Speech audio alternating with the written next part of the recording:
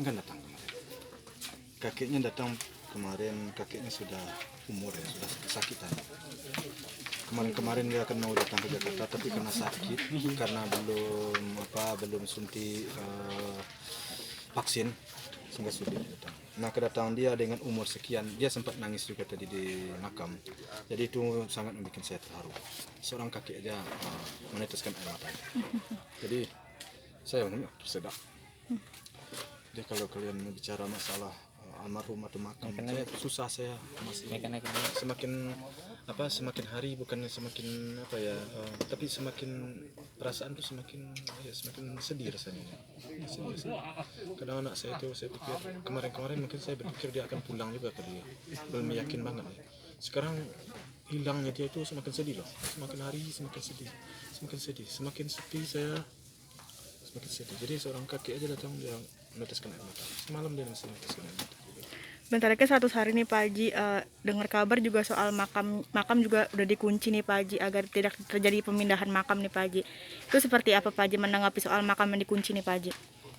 Ya kalau soal makam sih sebenarnya enggak begitu dikunci enggak dikunci. Artinya bukan bukan semua orang dilarang masuk, bukan. Kalau orang-orang tertentu, artinya orang-orang yang berniat baik berziarah ke situ, insya Allah kuncinya dibuka. Soalnya penjaganya kan ada di situ. Jadi bisa datang ke situ.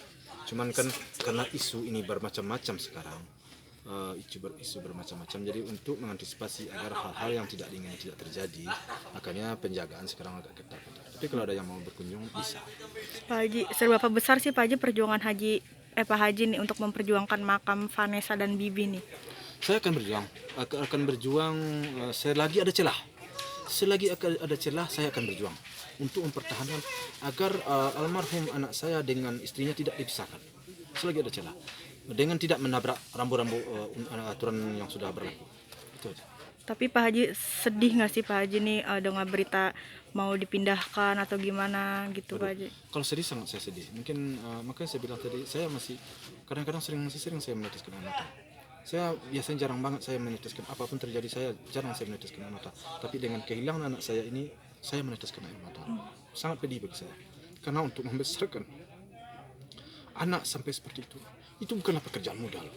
Banyak yang harus kita harus kita terapkan agar anak itu bisa besar dan bisa ada rasa rasa kepedulian kepada orang tua, itu menanamkan rasa-rasa itu baik kepada lingkungannya, baik kepada mana, itu sulit loh.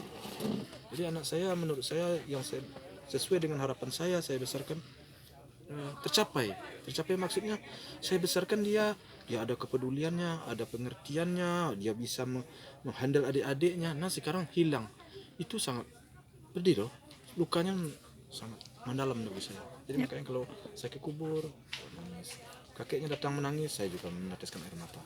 Sulit bagi kami. Ini kan detik-detik 100 hari nih Pak Haji, apa sih Pak Haji yang dikangen dari sosok almarhum nih Pak Haji? Kalau yang dikangenkan sama almarhum, semuanya kami kangenkan, semuanya saya kangenkan kepada anak saya yang namanya almarhum Febri. Karena saya yang namanya anak, bagi saya sih belum ada ketemu seperti anak saya ini. Ya, baik di tempat lain atau di mana. Ini anak ini bagi saya anak luar biasa bagi saya.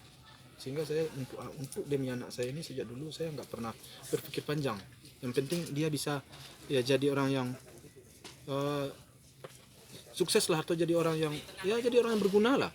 Bagaimana apapun saya lakukan. Pak Haji, soal 100 hari nih Pak Haji, bakal ada beberapa versi nih Pak Haji nantinya acaranya, atau ada Dodi ada diundang nggak sih nih Pak Haji? Enggak sih, enggak diundang. Saya sudah sebelum selesai di pengadilan ini saya berjalan sendiri aja. Apapun saya lakukan sendiri aja. Nanti setelah selesai di pengadilan, setelah ada keputusan, tentu di situ mungkin kalau seandainya persoalan ini tidak semakin melebar, tidak tertutup kemungkinan selesai di pengadilan saya akan bergabung. Saya akan merangkul kalau seandainya tidak semakin melebar. Tapi kalau semakin melebar juga hal-hal ini, tentu saya juga akan bersikap.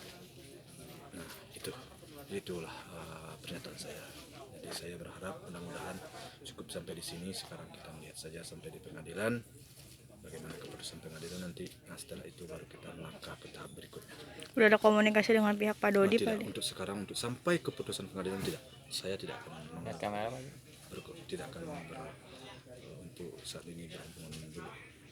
Pak Haji, soal Torik nih Pak Haji, kakaknya Atta Halilintar nih Pak Haji mengajarkan Torik untuk ngedate bareng Pak Haji, ngedate ketemu Pak Haji nih, kayak misalkan sikap Torik gimana menghadapi Pak Haji, sampai Torik tuh bingung tahu Pak Haji mau ke rumah Pak Haji tuh kayak bawa-bawa apa gitu Pak Haji, gimana nih Pak Haji?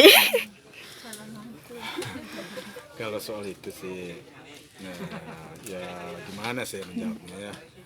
Saya ini orangnya orang biasa artinya nggak terlalu ribet, nggak terlalu banyak banyak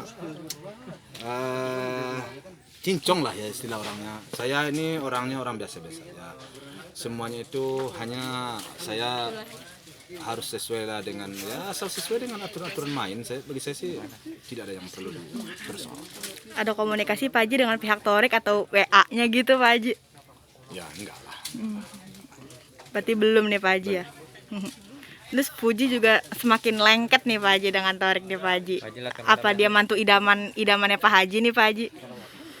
Ya kalau itu sih ya gimana juga saya menjawabnya. Saya kan belum ketemu sama dia ya, belum pernah ngobrol siapa Torik, baru saya dengar aja di YouTube atau di berita, itu aja baru. Jadi belum saya ngobrol sepatah dua patah belum. Jadi kita tunggulah perkembangannya. Ya, yang jelas sekarang pergaulan hubungan anak saya dengan dia masih dalam batas wajar dan belumlah kemana-mana.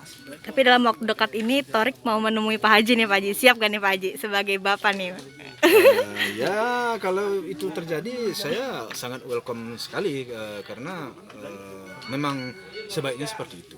Itu kan menunjukkan bahwa dia memang lelaki yang yang gentleman kan gitu kata orang istilahnya. Bagus lah, mantap lah itu. Puji juga sekarang semakin hari semakin mirip Vanessa Angel nih Pak Haji, dari segi rambut, dari segi gaya nih Pak Haji, atau mungkin Puji kangen sama sosok Vanessa atau gimana nih Pak Haji? Dari segi stylenya mirip sekali Pak Haji dengan Vanessa nih Pak Haji. Bisa jadi kita beranggapan seperti itu, dan bisa jadi dia berpendapat bahwa itu menunjukkan bahwa dia berterima kasih selama ini telah kakaknya itu telah mengajar dia sehingga apa yang ditinggalkan oleh dia, apa yang diberikan oleh dia itu bisa dia kembangkan, sehingga bentuk terima kasihnya itu selalu dia menyuruh apa yang sabab panas yang bisa dia tiru, yang bisa dia contoh, ya dia contoh. Itu bagi saya sih bagus-bagus saja. Kenapa? Karena kakaknya akan merasa bangga di sana dan abangnya juga akan merasa bangga di sana. Apa yang diajarkan bisa dia kembangkan, bisa dia angkat ke atas kan. Berarti kan berhasil kakak dan abangnya itu mendidik dia selama ini. Itu. Mungkin